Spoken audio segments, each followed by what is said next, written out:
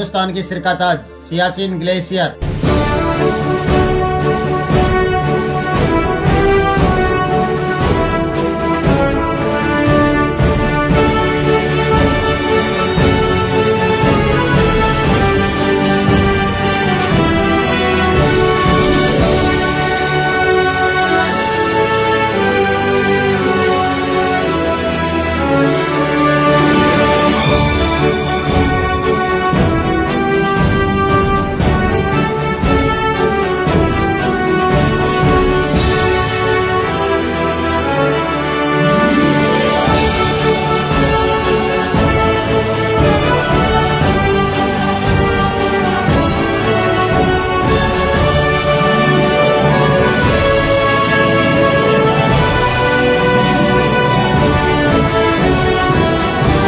जहाँ पर temperature 50 degree तक पहुँच जाता है, लेकिन ये जगह हमारी इंडियन आर्मी के लिए कांटों से भरी हुई है, जहाँ पर नहाना तो दूर सांस लेना भी मुश्किल हो जाता है। सोल्जर्स के लिए अपने कैंप को गर्म रखना भी खतरे से खाली नहीं होता, क्योंकि इतनी ऊंचाई पर ऑक्सीजन की कमी होने के कारण कैंप में कभी भी विस्फोट हो सकता है। इतने सारे चैलेंजेस होने के बावजूद हमारे सोल्जर्स 30 से 35 किलो वजन हमेशा अपनी कमर पर लेकर चलते हैं, ताकि वो सियाचिन की ऊंचाई पर पहुँच सके। इतनी सारी प्रॉब्लम होने के बावजूद खाने के लिए जो मिलता है वो भी जमा हुआ, जैसे अंडा या फिर जमी हुई प्याज या फिर कुछ और, जिन्हें काटने के बजाय तोड़ना पड़ता है। ऐसे मारने से ये है मतलब का जैसा आज विकास की भी नहीं पता नहीं है। ये देखो ये हमने मारा। इतनी सारी मल्टीपल प्रॉब्लम होने के कारण जो सोल्जर सियाचिन में पोस्टेड होते हैं, उनकी फिजिकल बॉडी की स्पीड स्लो होने लगती है। तेज धूप होने के कारण या ज्यादा बर्फ होने के कारण आंखों से ब्लाइंडनेस होने लगती है, और यही बर्फानी तूफानों का तेज होना हो या फिर बर्फीली एयर का तेज होना हो, ये सब उनकी प्रॉब्लम को और कई गुना ज्यादा बढ़ा देते हैं, जिसके कारण फ्रंट लाइन पोजीशन पर हमारे ऑन ड्यूटी सोल्जर्स को एक भयंकर आइस फॉल का सामना करना पड़ता है, और आइसी सरफेसेस पर दरारों का खतरा हमेशा बना रहता है। आइए दोस्तों समझते हैं आज की इस वीडियो में सियाचिन में पोस्टेड हमारे सोल्जर्स कैसे करते हैं इन तूफानों का सामना।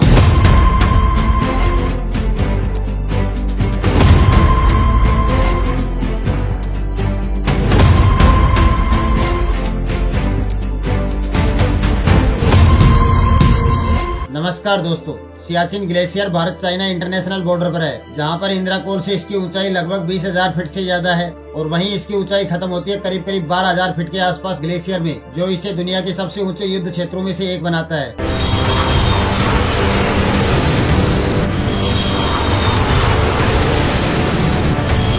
और यही नहीं, और सुनो, बानाटोप जो भारत की सबसे ऊंची और लास्ट चेक पोस्ट है, जिसकी ऊंचाई लगभग 20,000 फीट से भी ज्यादा है, जहां पर पहुंचने के लिए हर एक सोल्जर को 80 किलोमीटर और 20 दिन की चढ़ाई करनी पड़ती है।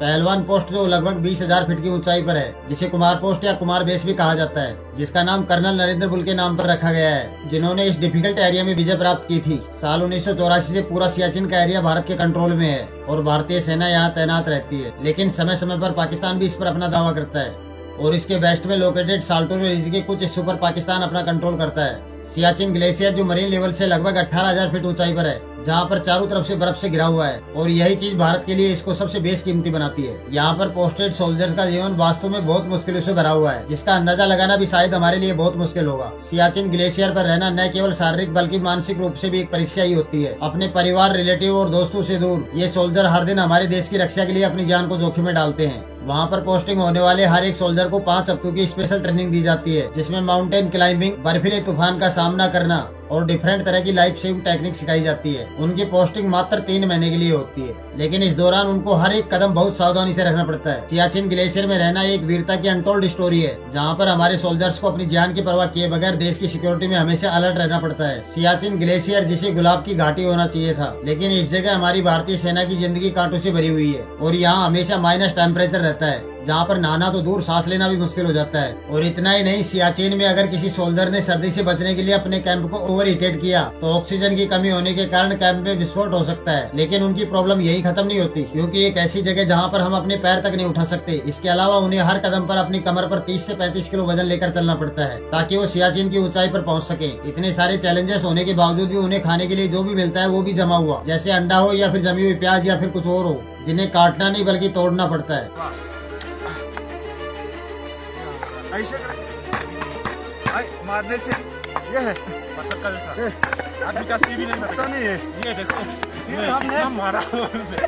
क्योंकि सियाचिन ग्लेशियर में सर्दियों के दौरान लगभग 35 फीट से ज्यादा बर्फबारी होती है और टेम्परेचर लगभग 50 डिग्री पार कर जाता है। सियाचिन का कुल एरिया 700 वर्ग किलोमीटर में फैला हुआ है। इंडियन आर्मी के बारे में जानने से पहले चलिए समझते हैं कि समुद्र से 20,000 फीट की ऊंचाई पर चारों तरफ बर्फ से घिरी हुई सियाचिन में ऐसा क्या हुआ था जिसकी वजह से इंडियन आर्मी को दिन रात वहीं पर रहना पड़ता है। दरअसल होता क्या है दोस्तों, सियाचिन ग्लेशियर पर सबसे पहले पाकिस्तान की नजर पड़ी थी और उन्होंने ये बहुत ही जल्दी समझ लिया था कि सियाचिन से भारत की हर एक्टिविटी पर नजर रखना आसान। लेकिन आजादी के बाद दोनों देशों ने पीसफुल रिलेशन एग्रीमेंट साइन कर रखे थे, जिसके चलते पाकिस्तान सियाचिन में घुसपैठ नहीं कर सकता था और फिर साल 1970 तक पाकिस्तान चुप रहता है और फिर इसके बाद पाकिस्तान सियाचिन पर कब्जा करने का काम प्रोसेस कर देता है और अब धीरे धीरे सियाचिन पर चढ़ना शुरू करता है। लेकिन पाकिस्तान की ये हरकत ज्यादा दिन छुप नहीं पाई और साल 1981 को इसकी खबर भारतीय सेना के कर्नल हरिंदर कुमार को लग जाती है। इसके बाद उन्होंने तुरंत हरकत में आते हुए इंडियन आर्मी के कर्नल कुमार को आदेश दिया कि वो सियाचिन का पूरा नक्शा बनाए ताकि उस इलाके पर कब्जा लेना आसान हो। लेकिन जब तक पाकिस्तान को भारत की इस एक्टिविटी के बारे में जानकारी मिलती है तब तक बहुत देर हो चुकी थी। उसके बाद भारत ने तुरंत सियाचिन पर कब्जा करने के लिए अपना एक मिशन तैयार करते हैं। सियाचिन ग्लेशियर का एरिया जहाँ पर सोल्जर्स को कई मुसीबतों का सामना करना पड़ता है।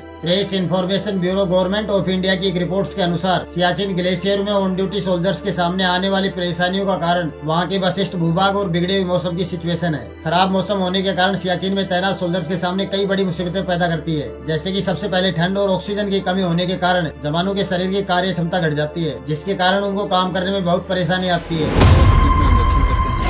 तो हमें acute mountain sickness, high altitude pulmonary oedema, high altitude cerebral oedema, इस तरह की बीमारियां हो सकती हैं। और दूसरा कारण तेज धूप में बर्फ रिफ्लेक्ट होकर जवानों की आंखों को इफेक्ट करती है, जिस कारण से वो टेम्परेरी रूप से अंधे भी हो सकते हैं। इसे स्नो ब्लाइंडनेस भी कहा जाता है। जिस ऑल्टीट्यूड पे जाके जवान रहते हैं, इस ऑल्टीट्यूड पे कहीं पे भी देश में या कहीं भी दुनिया में कोई भी नहीं रहता है।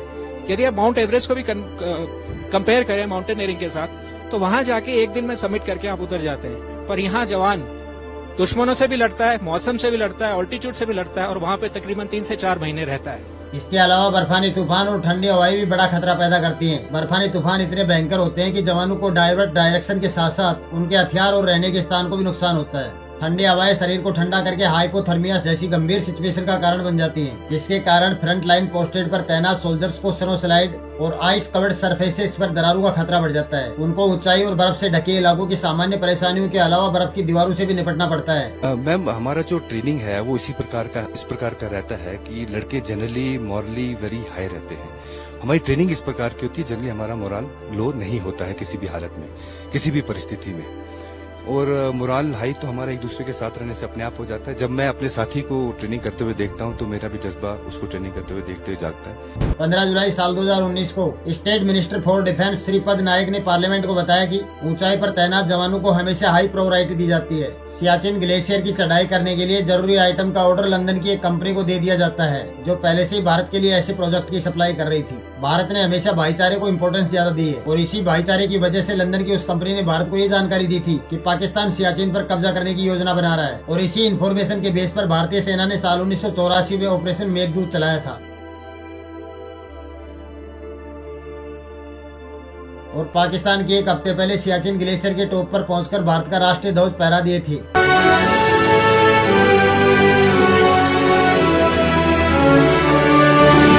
और सोल्जर्स अपना मोर्चा संभाल लेते हैं। लेकिन जब तक पाकिस्तान की सेना सियाचिन पहुंचती है तो उन्होंने देखा कि भारत न केवल सियाचिन पर कब्जा कर लेता है बल्कि उसके बेस में स्थित सर्च और रेंज को अपने कंट्रोल में कर लेते हैं। प्रेजेंट में वहां पर 100 से ज्यादा भारतीय चेक पोस्ट है। हालांकि इस जीत के बाद भी पाकिस्तान सियाचिन पर अपना दावा करता है और साल 1994 से साल 1999 तक दोनों देशों के बीच काफी किलिंग होती है। लेकिन दोस्तों, इसका एक दूसरा सच भी है। सियाचिन में गोलियों से ज्यादा मौत वहाँ के खराब मौसम के कारण हुई है। Minister of defence Manohar Parrikar ने पार्लियामेंट को बताया कि साल 2013 में 10, साल 2014 में 8 और साल 2015 में 9 सोल्जर शहीद हुए हैं। भारत सरकार ने बताया कि साल 2013 से अब तक सियाचिन ग्लेशियर में 41 सोल्जर्स की जान जा चुकी है। Minister of defence Manohar Parrikar ने बताया कि मार्च तक 14 सोल्जर शहीद हो चुके हैं। उन्होंने बताया कि ऊंचे इलाकों में तैनात सोल्जर्स को पहाड़ों, बेसिक और एडवांस लेवल की तैयारियां करवाई जाती है। हमारे union minister of defence Rao Inderjit ने साल 2015 में लोकसभा को बताया कि ऑपरेशन मेघदूत के बाद सियाचिन में खराब मौसम के चलते हमारे 869 सोल्जर शहीद हुए हैं। ग्लेशियर का इलाका है वो तो 15,000 और 22,000 तक है। कुछ 2-4 पोस्ट हैं जो 21-22 हजार पे हैं। तो इधर जाने के लिए कितना अपनी बॉडी को सहन करना पड़ता है टेम्परेचर जो हैं -50 डिग्री पर आ जाते हैं, जिससे कहते हैं कोल्ड इंजरीज भी हो जाती हैं। अगर आपने दस्ताने नहीं पहने हैं और आप किसी मेटल की चीज को हाथ लगा देते हैं तो कोल्ड इंजरी हो जाती है, हाथ चिपक जाते हैं उसके साथ। हर रोज का खर्चा एक ब्रिगेड का वहाँ पे 2 से 5 करोड़ रुपए का है। सालाना 1200 से लेकर 1500 करोड़ का खर्चा इन ट्रूप्स को मेंटेन करने का होता है। मैं ये तो सिर्फ पैसे की बात कर रहा हूँ, कितने ही जवान वहाँ पे शहीद हो जाते हैं।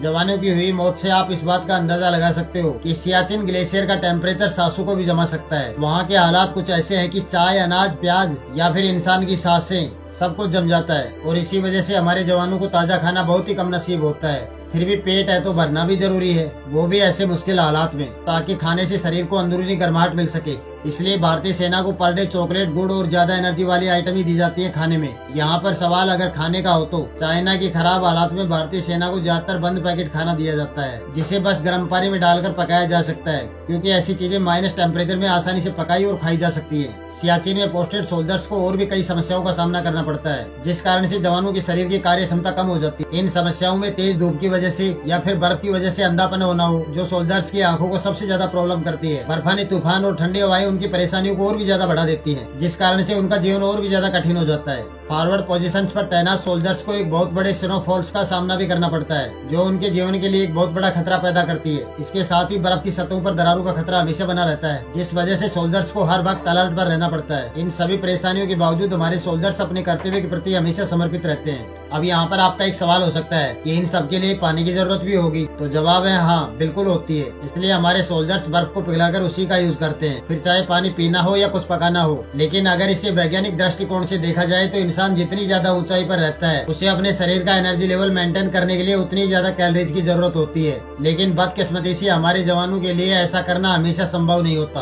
कई बार तो बेस कैंप से पकाया हुआ खाना बीच रास्ते में जम जाता है और जवानों तक पहुँचते पहुँचते उसका टेस्ट बिल्कुल खत्म हो जाता है। अब ये सवाल इंडियन आर्मी की ट्रेनिंग और उनकी लाइफ स्टाइल का है। अब तक आपको समझ में आ गया होगा कि सियाचिन ग्लेशियर में रहना कोई नॉर्मल बात नहीं है। यहाँ पर काम करने के लिए आपको फिजिकल फिटनेस और सेंटिमेंट दोनों में फिट रहना जरूरी है। इसलिए यहाँ पोस्टिंग होने से पहले सभी जवानों को लगभग 5 हफ्तों तक एक एडवांस लेवल की स्पेशल ट्रेनिंग करवाई जाती है। जो भी सैनिक सियाचिन ग्लेशियर में डिप्लॉयमेंट के लिए जाता है, उसका एक्लिमेटाइजेशन और ट्रेनिंग यहाँ पर किया जाता है।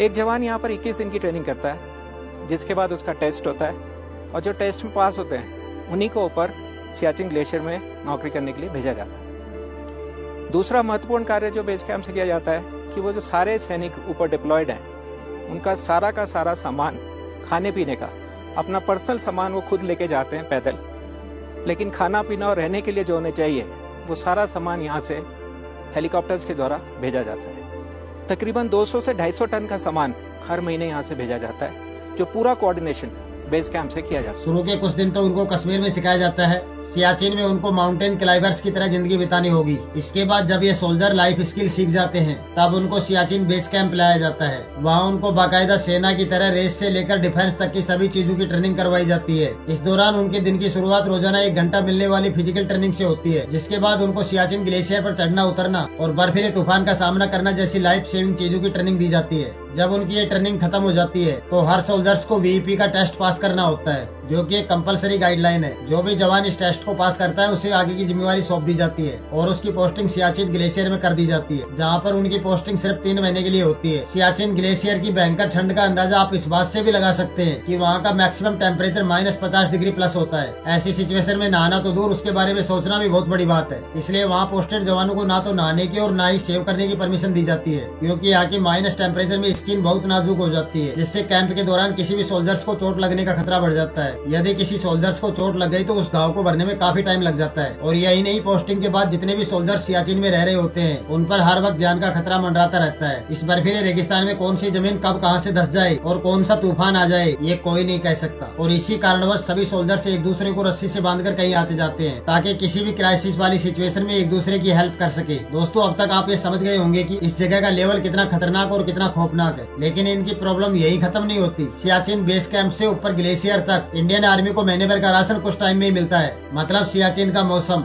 और वहाँ चलने वाली 160 किलोमीटर प्रति घंटे की स्पीड से हवा चलती है। ऐसी परिस्थिति में हेलीकॉप्टर को ऑपरेट करना बहुत मुश्किल होता है। इसलिए यहाँ विशेष हेलीकॉप्टर चीता का यूज किया जाता है, जो सिर्फ महीने में एक बार कुछ टाइम के लिए ऊपर बनाए गए हेलीपैड पर राशन डिलीवर करता है, ताकि उनके किसी भी मूवमेंट की भनक दुश्मन को न लग जाए। लेकिन अगर आपको लग रहा है कि सियाचिन ग्लेशियर में रहने वाले सोल्जर्स की प्रॉब्लम सिर्फ यहीं तक है, तो ऐसा बिल्कुल नहीं है। सियाचिन पर सोल्जर्स को 2 मोर्चों पर एक साथ लड़ना पड़ता है। सियाचिन में दुश्मन के साथ साथ मौसम के साथ भी एक भयंकर युद्ध करना पड़ता है। कई बार सिचुएशन इतनी खराब हो जाती है कि जरूरी सामान न होने के कारण जवानों की मौत तक हो जाती है। इसलिए वहाँ रहने वाले हर एक सोल्जर को बड़ी सावधानी से अपने कदम रखने होते हैं। सावधानी के साथ ही उनको हर वक्त अलर्ट भी रहना पड़ता है, क्योंकि छोटी सी लापरवाही की वजह से उनकी जान जा सकती है। लेकिन ये प्रॉब्लम सिर्फ जवानों तक ही सीमित नहीं है। ये सोल्जर अपना घर परिवार छोड़कर हमारी हिफाजत के लिए बर्फ के रेगिस्तान में रहते हैं, लेकिन उनका सेक्रीफाई करना हमारे लिए किसी से कम नहीं है। इसलिए उनकी जिम्मेवारी गवर्नमेंट ऑफ इंडिया अपने पास रखती है। रोजाना सियाचिन ग्लेशियर पर मौजूद 3000 से ज्यादा जवानों पर लगभग 6000 करोड़ रुपए से ज्यादा खर्च करती है सरकार, ताकि वहाँ पर खाना और जरूरत की सभी चीजें पहुँचाई जा सके। और केवल इतना ही नहीं, इन जवानों को बर्फीली हवा और दुश्मनों से सेफ रखने के लिए, जिससे उनको पहाड़ पर चढ़ने उतरने और दुश्मनों से लड़ने में सहायता मिलती है। लेकिन दोस्तों, फिर सवाल वही है, आखिर क्यों सियाचिन ग्लेशियर भारत के लिए इतना जरूरी है? सरकार ने ऐसे खौफनाक माहौल में हमारे जवानों को तैनात कर रखा है। दरअसल होता क्या है, जब भारत और पाकिस्तान का पार्टीशन हुआ था, तब से लेकर आज तक दोनों देशों में दुश्मनी का माहौल है। इसलिए दोनों देशों में शांति और स्थिरता बनाए रखने के लिए साल 1984 में कराची एग्रीमेंट और साल 1972 में शिमला एग्रीमेंट,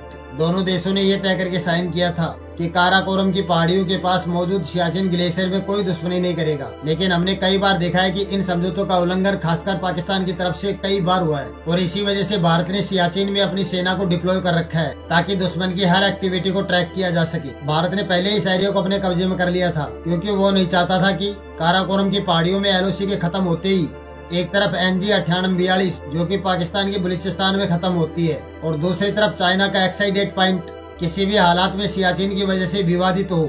ऐसा इसलिए क्योंकि अगर दोनों देशों में से किसी ने भी सियाचिन पर कब्जा कर लिया, तो उनके लिए हमारी हर एक्टिविटी पर नजर रखना आसान हो जाएगा। साथ ही दोनों देश अपने सामरिक दृष्टिकोण की वजह से एक साथ इंडिया पर अटैक कर सकते हैं, और ऐसा होने पर इंडिया के लिए अपने दुश्मनों से एक साथ लड़ना थोड़ा मुश्किल हो जाएगा। इसी वजह से इंडियन आर्मी को सियाचिन के खराब सिचुएशन में तैनात किया गया है, ताकि वो दोनों देशों में पैदा हुई इस दूरी को बनाए रखे। सियाचिन दुनिया का सबसे बड़ा और ऊंचा बैटलफील्ड है, जहाँ से भारत के लिए अपने दोनों पड़ोसी देशों की हर एक्टिविटी पर नजर रखना आसान होता है। इसी वजह से हमारी आर्मी को सियाचिन में सांसें जमा देने वाली ठंड में भी रहना पड़ता है। लेकिन इसमें एक चीज और है दोस्तों, भारत सरकार सियाचिन में तैनात इंडियन आर्मी की सिचुएशन को सुधारने में हर संभव प्रयास कर रही है। लेकिन सबसे जरूरी बात, हमारे सोल्जर्स की सुरक्षा सुनिश्चित की जाए। भारत और पाकिस्तान की लड़ाई कब खत्म होगी ये तो कोई नहीं जानता, लेकिन क्या हर बार सियाचिन में रह रहे हमारे सोल्जर्स की जान को जोखिम में डालना पड़ेगा? हमें इस मुद्दे पर विचार करना चाहिए और इसका समाधान ढूंढना चाहिए। अगर आपके पास में कोई अच्छा सुझाव है तो हमें कमेंट सेक्शन में जरूर बताएं। साथ ही अगर आप इंडियन आर्मी के इस जज्बे को सलाम करते हो तो इस वीडियो को लाइक करें और अपने सभी दोस्तों और परिवार के साथ ज्यादा से ज्यादा शेयर करें। उम्मीद करता हूँ ये वीडियो आपको इन्फॉर्मेटिव लगी होगी। ऐसी इन्फॉर्मेटिव वीडियो देखने के लिए हमारे चैनल को सब्सक्राइब करें। Thank you for watching. धन्यवाद दोस्तों। जय हिंद।